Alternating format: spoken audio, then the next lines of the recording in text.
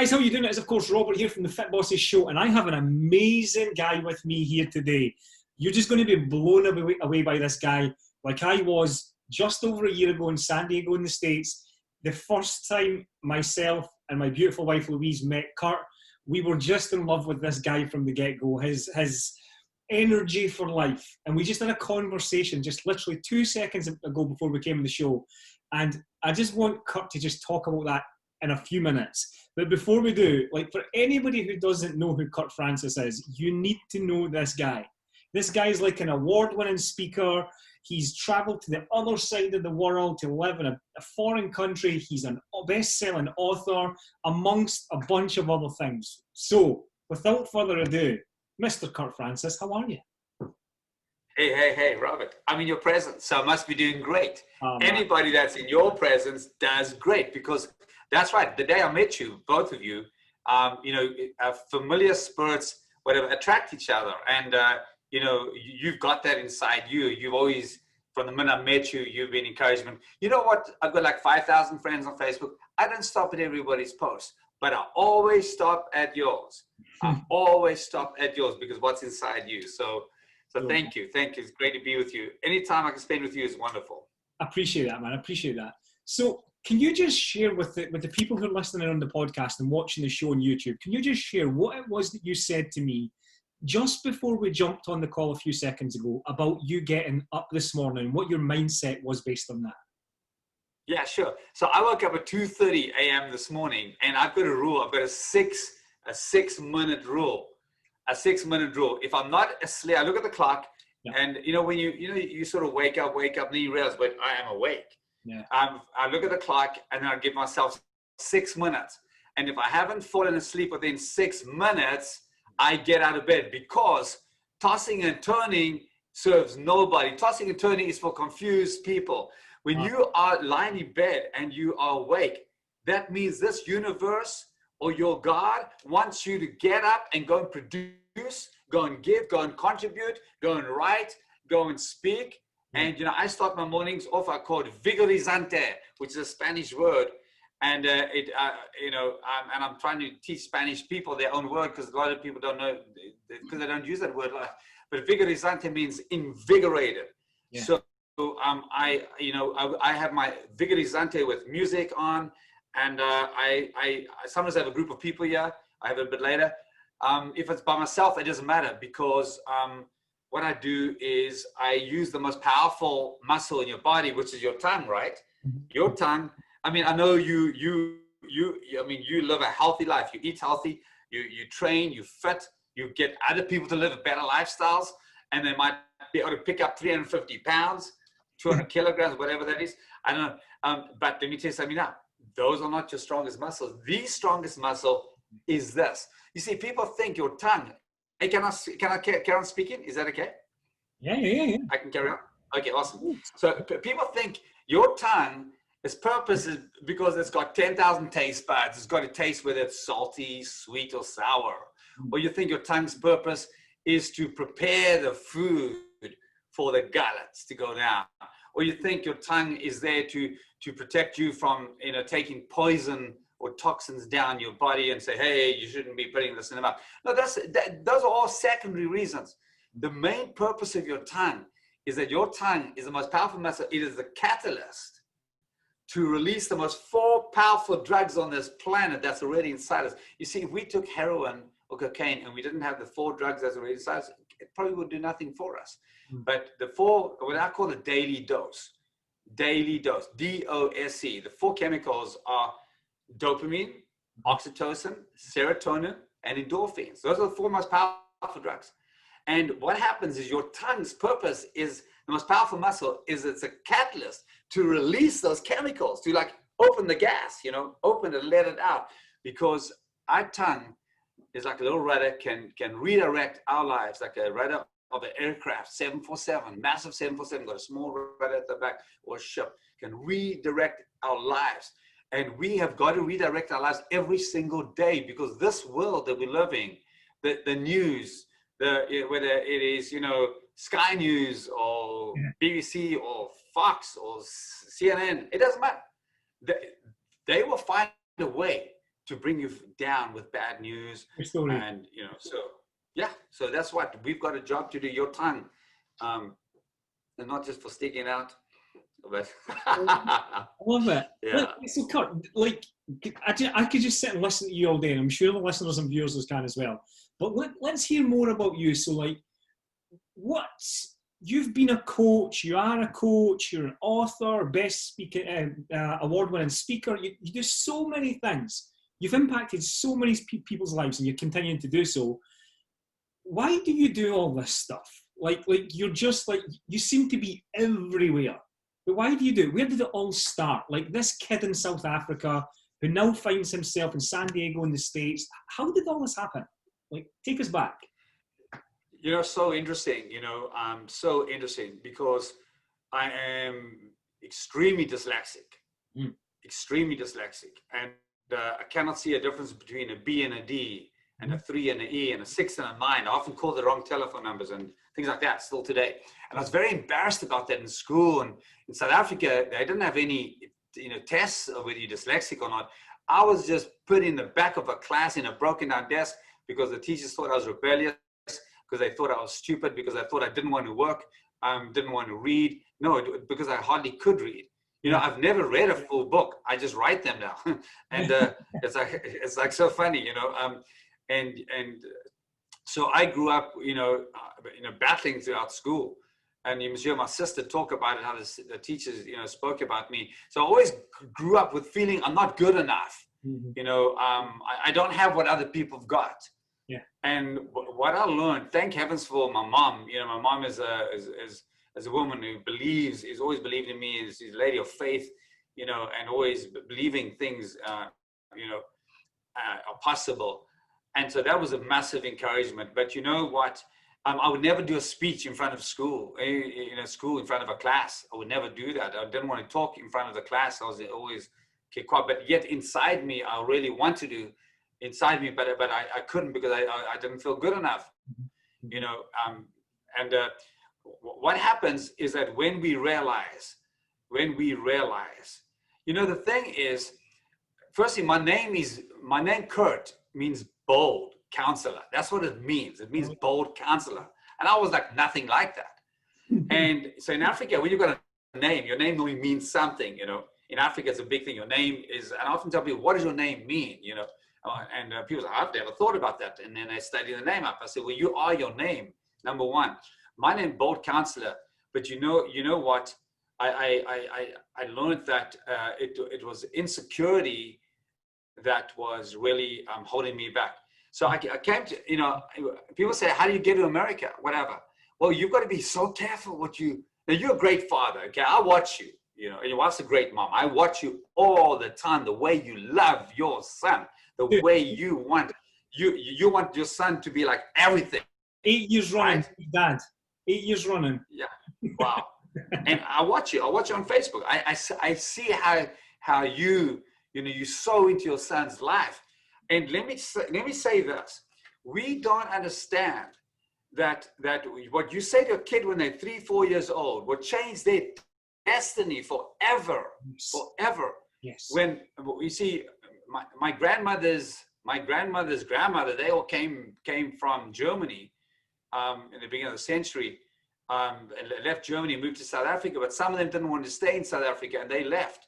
Mm-hmm. So my grandmother's mother, her sister left, and they left South Africa and they moved to Niagara Falls in the United States. And my grandmother's mother went to go and visit her sister in 1936 by boat from South Africa to America. And she spent like 1 or 2 years there, and she's got a journal that my mother gave me. I've got the red journal that she wrote in 1936 about her trip over coming by boat. But you know what? It's very interesting. She came back. My grandmother lived with us, and she would tell stories to me. I was 4 years old about her mother going to America. Mm-hmm. And at 4 years old, I'd made a decision I was going to live in America. At 4 years old, what does a 4-year-old know? But the stories captivated me. Yeah. And so that's why I'm in America. And so what you say to your little kid, you can change their destiny. Yes. It's power, because words are powerful. Words are very powerful. So that's why I follow you in the way you look after your kid, because you always like invigorating them to be the best person and better than you and Louise, you know. So so yeah, I came to America and I do a lot of things. I am busy. I've got a real estate team as well. I've got a real estate team as well. I've got coaching, strategy. I do a lot of speaking, of course, not to COVID. You know, it's so interesting because I wouldn't do a speech in front of a class because people are nervous to speak in front of people. And this is all such a lie. So was I. When I learned that the boulder in our way, the rock in our way is our way. Yes. The thing that, right? And that boulder. I'm just having a just ignore me. Yeah, okay. Awesome. So, you know, so yeah, I spoke in front of 5,000 people before and groups. It doesn't matter. I don't care. Whether it's one person or 5,000, it does not matter. Because what matters is what's the message I've got for that person. Yes. If you're scared to get on stage, it means you're too focused on yourself and you're not focused on the people you're supposed to be giving it to. Agreed. If you're scared to speak up in yourself, the number one thing is stop looking at yourself. Stop, because you try to impress somebody, and we've got to stop trying to impress somebody, and we've got to try and invigorate somebody else and make them better people. Totally. And the reason why we're scared to speak in front of people is because we focus too much on ourselves. Yeah. Do you know when I see this show up a lot as well, especially for fit pros and health professionals, is when, do you know we've got this new thing which we know in our life is the live button. So we hit live, you're prolific with your live videos, you're on them all the time, I love it. And most people hit this live button and they turn into somebody completely different. And it's so true because they get so shy and inhibited. And it's because they're focusing on themselves. They're not focusing on making this impact on these people they're trying to help. So you're totally right. Totally right. Listen, see with all this stuff, right? So these personal trainers, these health coaches, they want to make an impact in the world, right? So they're trying to help people across the world. They've noticed that they can go online. They don't just want to make an impact in a gym, in a local environment anymore. They want to help people across the world. Well, they don't know how to do it. Now, I'm not talking about strategy. I'm talking about a bigger grand scheme, a bigger vision. So here's this guy who's literally decided at 4-year-old, I'm moving to America, right? I'm moving across the other side of the world. I'm setting up shop. This is where I'm doing my thing. I'm going to create what it is I want to create for my life and other people's lives. For anybody who's struggling with confidence, now I know you told me something about confidence just not so long ago, and I've not forgot it. Talk to the listeners and the viewers about if they want to make this huge impact, what's the vision, what's the mindset that they need to be able to just go take on the world? Oh, I love this question. I love this question. You see, firstly, you know, because I'm dyslexic, I can spell any way I want to. And the way I spell bike, like bicycle, we spell B-I-C, right? Bicycle. But when we write the word bike, we do B-I-K-E. Like, where does the K come from? Yeah. Okay, so the way I spell bike is B-I-C-E. And we've got a war cry. You know, your business has got a war cry. The number one, I'm going to get to your answer right, but I want to frame it, right? Yeah. Your business has got a war cry, which is revenue. You're like you know, the New Zealand rugby team, they've got the hard car, whatever. There's a war cry. And your business has got a war cry called revenue. But personally, okay, we only grow. Well, our businesses only grow to the extent that we grow. Yes. Our businesses only grow to the extent that we grow, right? So what's our personal war cry? Our personal war cry are the 4 master influences of our life. The 4 master influences of our life. And it's the word bike, B-I-C-E. And the first one, B, is for belief. Okay, which is self-belief. Yeah. And the I is for image. Okay, I'm going to get into self-image. The C is for confidence, which is self-confidence. And the E is for esteem. Wow. Let me explain that. That's bike. Yeah. That's our vehicle. Your vehicle in life is your bike. I love it. You get on your bike and you ride it. Love it. Okay. And we've got to work on our bike every day, because our biggest problem, all of us, is that we battle with our belief, we battle with our image, we battle with our self-confidence, we battle with our esteem. Yeah. So let me say, B for belief. self-belief has got to do with expectation. Self-belief, belief has got to do with expectation. Do we expect that we can do that? Okay. Do we expect that we can do that? For image. You see, a lot of people can't dream anymore. We dream as kids. When we get adults, we can't dream anymore. Yeah. Because we can't dream anymore. Let me use another word. We don't have an imagination, because our imagination, spell imagination, you get the word image. Yeah, yeah. Because our self-image is too small. When our self-image is too small, we can't have imagination. We can't dream. Big problem. And it all got to do with the way you look at yourself. Yes. Your image is the way you visualize it. Your image will affect your imagination, your dream, and everything. You cannot imagine big things if your self-image is low. Wow. And then C is confidence. And people say, oh, what's the difference between belief and confidence? Confidence is skill. This is the one I was talking about. This is it. Yes. Come on. Yeah. Yeah. Confidence is skill. So how do you increase your confidence? Confidence is not belief. I'm sorry, our schools never taught us that. Universities never taught us that. Presidents never teach us that. Confidence is going to deal with your skills. Right. And if you want to increase our confidence, we've got to increase our skills. Skills to communicate. Yep. Skills with technology. Yeah. Skills with marketing. Skills with talking to more people, getting the message out. Okay, we've got to find out. And this year, I'm going to do a thing soon, and maybe you want to be involved with it. I want to do a thing named October, doing business plan for 2021. We don't wait for December. You've got to do it in October, right?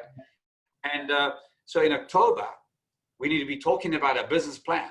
And we be looking at what skills do I want to do, improve this next year, because my confidence has to go to another level, right? So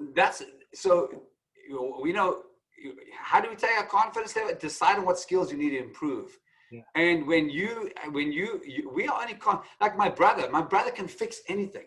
I mean, my brother can, I mean, he just, he is incredible. And my dad used to tell me, keep away from the angle grinder, Kurt, because he said, you're dangerous with that. Because that wasn't my skill set, right?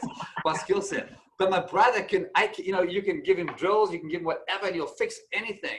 Well, he's very skilled at guitar, and he entertains people on the stage. Now, I can entertain people on the stage, but that's by talking, not by singing. People pay me not to sing, right? And but he's got a skill because he's practiced it and practiced it. He's confident to sing because he's skill level, right? So that's confidence. And the last E is esteem. And esteem, self-esteem, is the way you feel about yourself. Wow. And I'll tell you what now, those are the 4 master influences in our life. And our business will not go to the next level unless we are focusing on those 4 master influences. If you're not riding your bike, if you're not getting the distance that you want to go to, or getting the places where you want to go to, is because your bike can't get there because you're not working on your bicycle. And I do ride a bike. I do 60, 70 kilometers on bikes, and I'll tell you what now, your bike's got to be fit, the brakes got to work. I mean, everything's got to work. And we don't work if our bike, we don't go anywhere if our bike's not right. So I'm really powerful. I believe this stuff is powerful, and that's what I'm focusing on. Hugely. If anybody forgets anything about what we've just spoke about here, just that part there, that section alone, that bike section is just, when you told me a few months back about I can't remember what we were talking about, but when you said to me that confidence is linked to skill, it was like a big epiphany for me. It was like a big light bulb, and I was like, holy shit, this is so true. And then I started to look at things in my life personally, as a man, as a parent, as a husband, as a business owner, and looking at all these things and saying, okay, where do I need to up-level these skills so that I can become more confident? It was just so profound for me. So thank you for teaching me that. It was amazing. So this is great, right? This is fantastic. Let's talk more about you now, about you as an individual, because let's talk about your skills and how you're confident because you've got these skills. I mean, you've been like a best-selling author. Like, you've just brought out another new book, so let's talk about that. You're like an absolute weapon when it comes to stepping on stage and just like I can remember the first time we heard you talk on stage in San Diego last year, and me and Louise are like 2 rows back from the front. And we thought, so this guy comes up in a suit, and you wear it well. You know, you're always dressed well. And my gran used to always say to me, my little gran's 94, and she used to always say to me, you should dress the way you want to be addressed.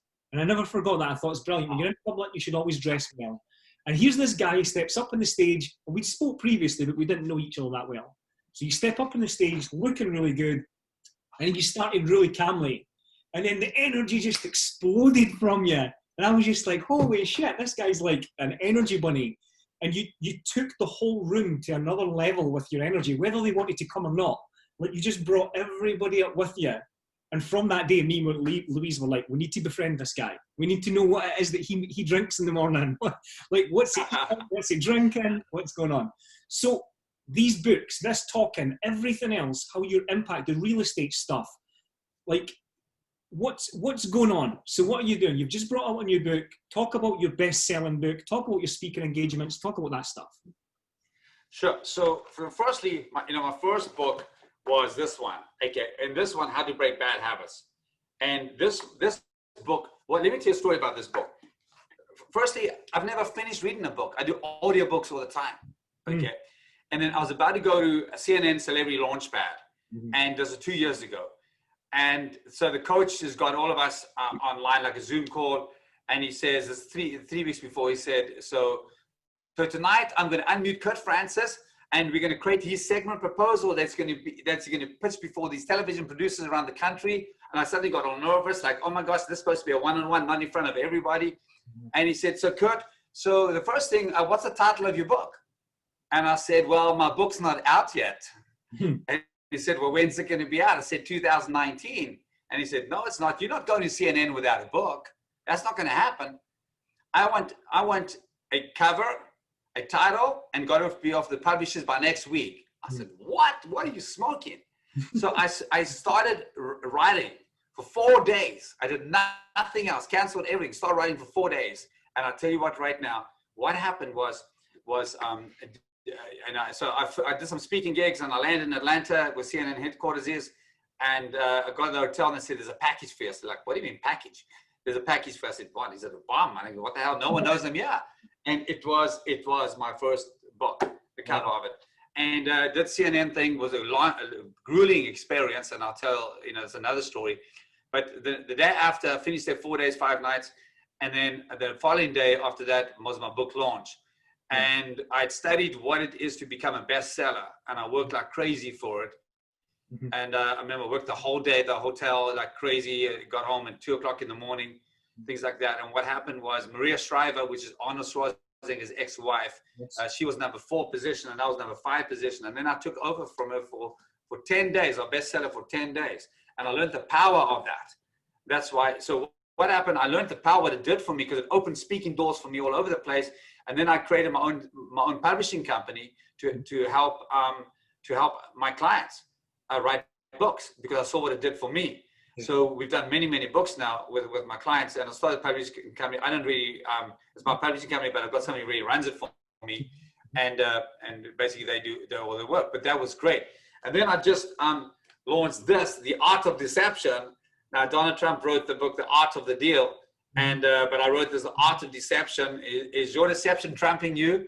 Because we live in a world of deception, and marketing people and salespeople are deceiving people all the time. There's so much deception. And I go into different presidents over here. I talk about the You Persuasion Dance. You've got to read this, the You Persuasion Dance. What Donald Trump really did to get elected the first time. And the book is not about trashing him. It's not about it's about us individuals. And a lot of people deleted me. I lost a speaking gig last week because of this book, because they weren't happy because Donald Trump's face is on this thing. I lost a speaking gig, and I'm okay with that from a large company, a big client, and I'm okay with that, because you know what? Read the book. Don't judge the book by its cover, because the book is not about him. The book is about you. It's about me. It's about all of us. So I wrote this book. It's supposed to be 99 pages. Like this one, all my books are supposed to be 99 pages, but this turned out to be 350, 370 pages. I never planned it to be that way, because I share personal stories of my own life about deception. And, I got vulnerable in the book, but I did that. So, I want to say that we've all got a book inside of us. Everybody's got a book inside. And if you want to market yourself the best, that's why I started the program Ace Branding by mistake. Not by mistake, it was because of the first book. Because Ace Branding is we've got to position yourself as an ace. Authority, A, authority, C, celebrity, and E, expert. And I had the privilege of interviewing Dr. Oz. I didn't even know about this. Yeah, yes. Yeah, I interviewed Dr. Oz, and a few weeks ago, actually I was back at CNN Center, and I interviewed Dr. Oz, and it was really, really great. But the one thing he taught me, he said people will listen to a celebrity quicker than they'll listen to their own family. Yes. And it's sad. But that's why if you want to grow your business, you want to, the 3 P's, position yourself, present yourself, and create the perception that you are an authority, celebrity, and an expert. Because people are going to listen to you a lot quicker. People are going to listen to who you are. So that's why I've helped my clients really write a book and do whatever they've got to do, because it's about repositioning. It's about presenting, creating the perception, because you want people to listen to you. You want to expand your business. You've got to get people to listen to you. How do you do that? So how do we become authority? The A, authority. We become an authority. Love it. An authority. But then the book's got to be a bestseller. The book's got to be a bestseller. And there's a clear strategy on how to do that. And that's, so I've created a strategy for people. I did it myself now. I did it again. I've done it for a lot of people now. And so everybody, got to write a book. But secondly, you've got to be a bestseller because you want to have that authority. And then the celebrity straight away, oh, do we know? We've got, Robert McVie coming in. Yeah, Robert McVie, this phenomenal person who helps people with their fitness and their lifestyles and changes their life and brings healing and health. That's who we've got in the room today, Robert McVie.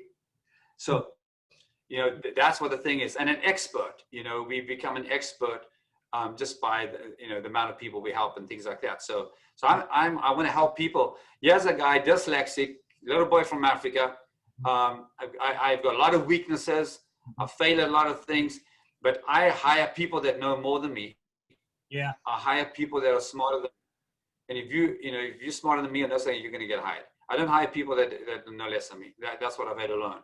And I've got to be humble enough. My father, before I did an Ironman triathlon, the Ironman is, you understand kilometers, 3.8 kilometers swim, 180 kilometer bike ride, and then 42 kilometer run. And the night before doing it, my dad has done many. My dad's, still the oldest African to do an Ironman. Wow. And the world champs, not just Ironman, the world champs in Kona, Hawaii. But my father called me the night before and he said, if you want to finish this race, Kurt, 2 things. Number 1, be humble. Be humble. Let the other person pass you. Let everybody pass you. If you want to finish this race, let people pass you. Be humble. He said, the next thing, when it hurts, it's supposed to.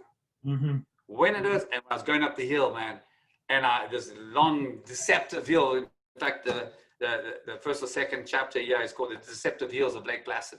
And going up these hills that are deceptive. And I just want to get off my bike and throw my bicycle down. What am I doing this for? My legs are on fire. The veins are like my muscles. It's just terrible. Why am I doing this? And I heard my dad's words, when it hurts, it's supposed to. So when we go through rough times, financial times or health times, stress, COVID, whatever, when it hurts, it's supposed to. And if it doesn't hurt, then you get really worried. If you're not hurting, when you're growing and developing yourself, pain, no pain, no gain. Especially in the gym, you understand that, right? And these people, all the people associated with you understand that when it hurts, it's supposed to hurt emotionally, physically, whatever you go through, stress, it's supposed to hurt. And when we understand that, if you're not hurting, get very worried because something's not right. Totally agree. Totally agree. I love that. I could just sit and listen all day. Here's another one, right? So you're also in heavily involved in real estate. So to an extent, there's sales and what have you, everything going on here. A lot of fitness professionals and a lot of health coaches sometimes struggle in this game of charging what they're worth. talk to us about charging, regardless of what that sum is, low ticket, mid ticket, high ticket, doesn't matter. Talk to us about like a health, fitness coach, whatever, anybody in any industry, charging what they're worth rather than undervaluing yourself. What do you know about that? That's such an amazing question, because the thing is, a lot of people will give up what they're worth straight away. They just do because of their insecurity. Mm-hmm. Their insecurity, right? That's why they bike. They BICE. That people charge less because they bike. Yes. That's why people charge less, and that's why if you don't charge more because you don't believe in yourself. Mm-hmm. You don't believe that you are their solution. You see, because we know if you can describe their problem better than they can, they see you as their solution, right? Yes. If you can describe their problem better than your competitor can, they see you as the solution. Now, the thing is, do you believe that you're better than your competitor? Do you actually believe that? Number one. Mm-hmm. That's the first thing.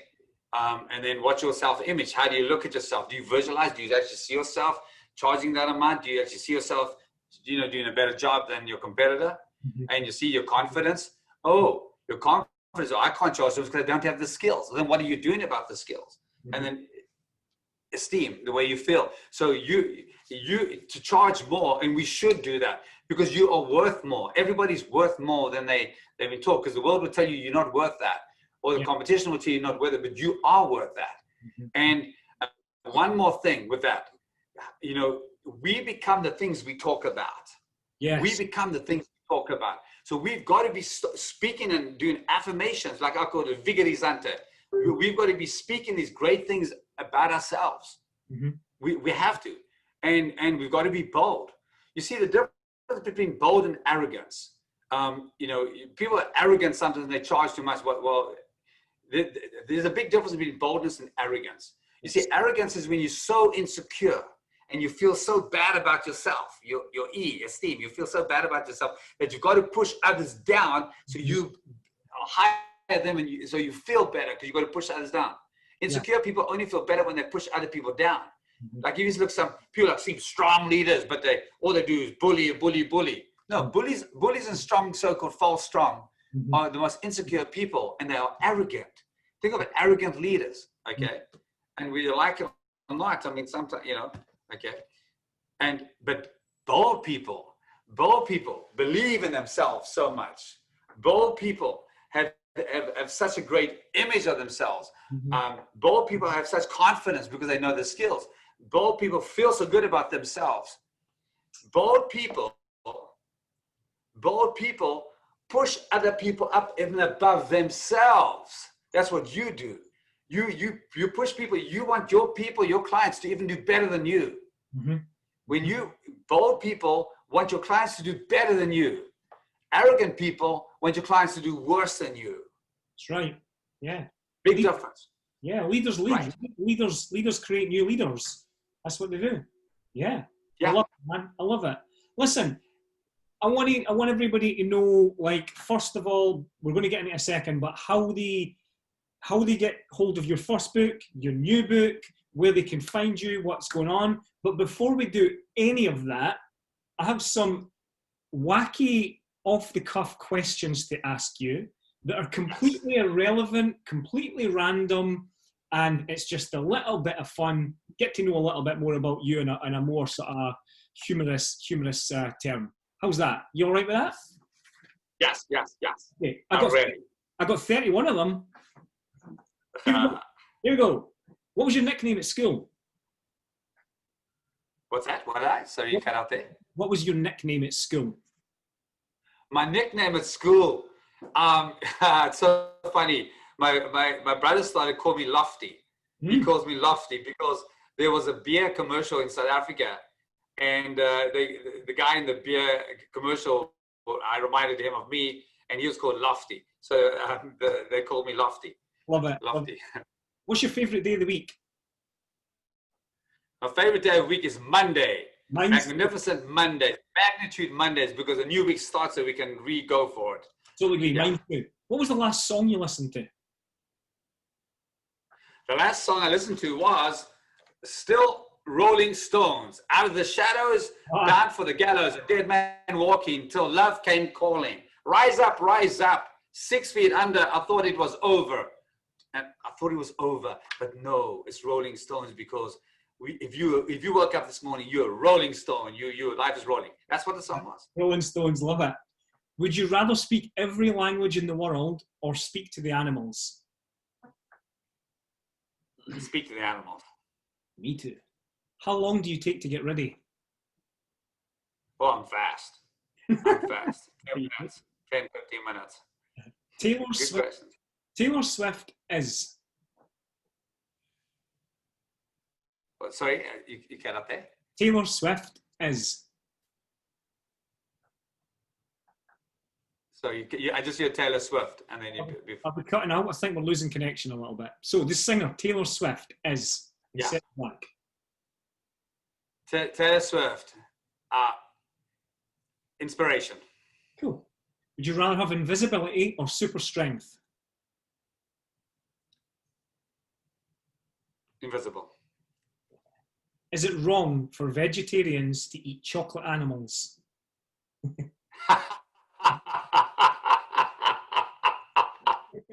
Oh, you are. No. No. I got another one for you. Who was your first ever celebrity crush? Oh my gosh. That was, oh my God. I would have to think back. I'll think back. It was probably someone in South Africa. Probably something in South Africa. Here's another one. Do you snore?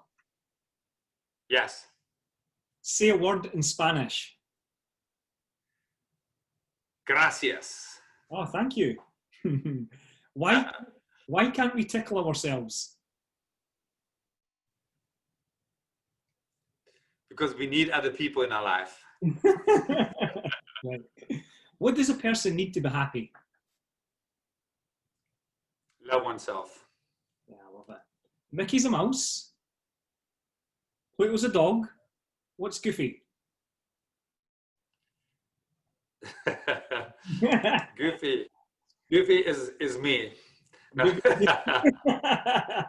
Brilliant. What's the fastest speed you've ever driven a car? Probably about 230 kilometers an hour. Wow, it's quick. Cardio or weights? So what's that? Cardio or weights? What's the first word? I just hear weights. What's cardio? Cardio. Oh, cardio. Absolutely cardio. Okay, cool. What do you want to be when you grow up? I want to be like you. I want your accent. I want your lovely accent. You have an unlimited amount of one thing. What is it? Laugh more. Okay, nice. I like it. If you were caught dead, where would it be? If I was caught dead, perhaps in an aircraft. Does pineapple really belong in a pizza? Yes. Ah, good choice. Next one. God. I only have pizza. I don't have pizza. I eat pizza often, but all my pizza is cauliflower based. Cool. And broccoli based. Yeah, we're the same. Next one. God or science? Difficult. Yeah. Difficult. Probably God, but if you don't have science, I mean, you're a very difficult one. Let's put them in together, shall we? What about this one? Yeah. Your house is on fire. What's the first thing that you grab? My little dog, Chimichanga. Cool. I got two more for you. Which superhero do you most identify with? Oh man.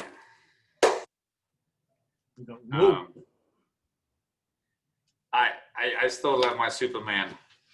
Man, cool, I like it. Okay, so I'm going to give you three people here, right? Chuck Berry, singer, musician. Halle Berry, actress, and Mary Berry. Just in case you don't know who she is, she's a UK baker. She's a famous UK baker who makes cakes. So you got Chuck Berry, Halle Berry, Mary Berry. You've got to date one, kill one, marry one. Go. The last one, because I've seen her on television, and I think it's phenomenal how they can create something from nothing. And when I'm hopeless in that, not that I'm going to eat it all, but I just get amazed with the creation. Yeah, she's awesome. The creativity. She's awesome. Kurt, I am all questioned out. Tell me this. I've got one more question, actually. Where can the listeners and the viewers find out more about you, get your books, be inspired, just see what's going on in your life? Where are you hanging out? Are you on social? You got a website? Sure. The best way is kurtfrancis.com. K-U-R-T, Francis, F-R-A-N-C-I-S.com. And I'm on social media. You can search me all over, but kurtfrancis.com. And I will say that doesn't tell, my website doesn't tell you what I do. It tells you who I am. Yeah. Because people don't care. People don't buy what you do, but people buy who you are. That's right. And that's why that specific website is just about who am I. Mm-hmm. I love it. I love it. It's so powerful. Kurt, I have loved this time that we spent together. You know what? I love every minute we spend together. You're so inspirational. You seem to just pick my energy levels up like a whole other 10 levels every time we speak. You're such a fantastic guy. I am so happy to call you a friend. And I'm sure the viewers and the listeners have got some amazing stuff from this. Go check out Kurt's books. I know I am going to jump off this call and I'm going to go purchase your second book and I'm going to read it. It looks a big, fat, thick one, so it might take me a while to get through it, but I'm going to read it. I will finish it, unlike you, because I know you're more of a listener. But I will finish it. I'll read it all and I'll give you some feedback on it as well, but I'm really looking forward to it. So listen, Kurt, thank you so much for your time. You're an absolute legend. I'm privileged to be with you. I love you. You impact my life all the time. You're a massive inspiration to me, and I'm privileged to have you in my life. Both you and Louise and your son, all of you. That means a lot, bro. Thank you for your time. Thank you. Love you, buddy. See you, buddy.